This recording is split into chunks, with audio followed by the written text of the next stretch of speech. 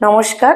আজকে thyroid patients যারা তাদের ব্রেকফাস্ট মেনুতে কি রাখতে পারেন সেটা নিয়ে একটু আইডিয়া দেব, আর কেন রাখবেন সেটাও বলবো। ফার্স্ট হচ্ছে টক দই। টক দই কেন রাখবেন? কারণ এটা আয়োডিন অ্যাবজর্পশনে হেল্প করে, আর এটা কিন্তু আয়োডিন কিন্তু থাইরয়েড গ্ল্যান্ডের জন্য খুবই ভালো। সেকেন্ড হচ্ছে অ্যাপেল। অ্যাপেলের মধ্যে পেকটিন থাকার জন্য এটা কিন্তু